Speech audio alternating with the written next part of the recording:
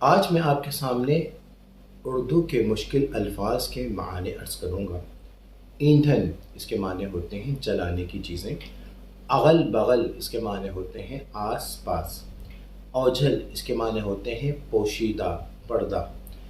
اتباع اس کے معنی ہوتے ہیں پیروی کرنا۔ اندیشہ اس کے معنی ہوتے ہیں فکر، خوف، خیال۔ اعادہ اس کے معنی ہوتے ہیں دوبارہ ادا کرنا۔ ادراک اس کے معنی ہوتے ہیں احاطہ کرنا یعنی دریافت کرنا۔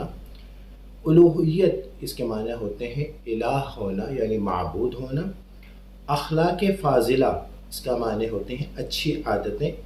ابو البشر سب انسانوں کے بعد حضرت آدم علیہ السلام۔ اصلاح پذیر اس کا معنی ہوتے ہیں اصلاح قبول کرنے والا۔ احکام تبلیغیہ اس کا معنی ہوتے ہیں احکام شریعت۔ اعتقاد عظمت یعنی قدر و منزلت کا عقیدہ۔ احکام تشریعیہ یعنی شرعی احکام۔